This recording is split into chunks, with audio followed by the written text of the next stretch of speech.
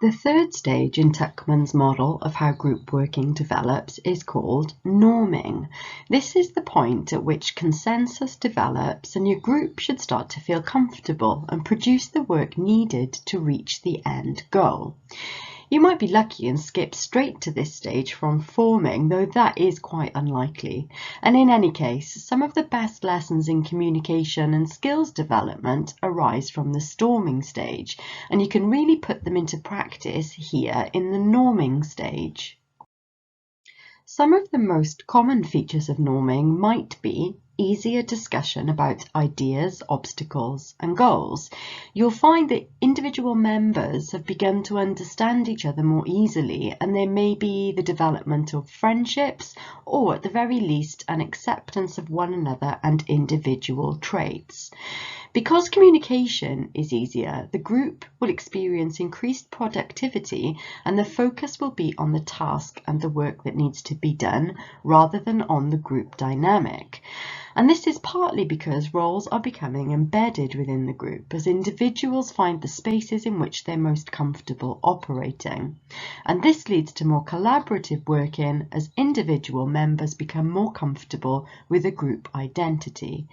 Essentially, the norming stage is where you will feel the happiest in the group work process. Because of the positive changes in group communication, the norming stage is a good time to reflect on what further tasks are needed to improve the outcomes for the project. You might also consider what are the processes you've used as a group, and could any of them be improved? For example, could communication be improved by check-ins between scheduled meetings? You should be able to make changes in the norming stage without causing conflict. Though bear in mind that it is possible to slip back through each stage, so you shouldn't forget to employ your communication skills. You can also begin to evaluate what has worked well so far. Given that you have come together as a group at this point, you will feel more free to take a critical but constructive look at the work already produced. Noting down any skills you feel you've learned or developed as an individual and where improvement can be made might be particularly useful at this point because you'll feel more comfortable evaluating your performance within a stable group environment. The norming stage then is where lots of the task-focused work will be produced. However, it's important not to think of this as the most significant stage.